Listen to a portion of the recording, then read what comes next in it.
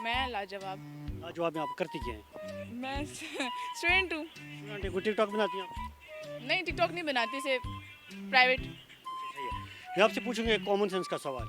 सवाल है बहुत आसान। सवाल ये, आप ये बताएं वो कौन सी चीज़ है जो एक जगह से दूसरी जगह जाती है लेकिन वो हरकत नहीं करती? एक जगह से दूसरी जगह जाती है बट वो हरकत नहीं करती। जी। मैं खुद हूँ।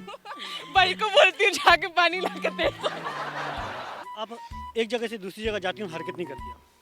नहीं, मैं जाती हूँ ना, लाइक मतलब बस वो जैसे बेबी कॉर्ड होता है ना, मैंने भी एक वो रखा हुआ है क्रॉलिंग। तो हरकत करना है ना।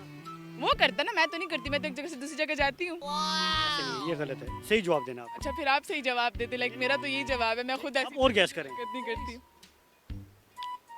हाँ, वॉइस नोट मैसेजेस, टेक्स्ट वगैरह हम यहाँ चीज़ है, चीज़ है। वहाँ जाते हैं लेकिन हरकत नहीं चीज़ है ये चीज़ है। करती। नहीं, आई डोंट नो। नहीं, ये चीज़ ही एक ऐसी है, मैं आपको हैंड दे दूँ।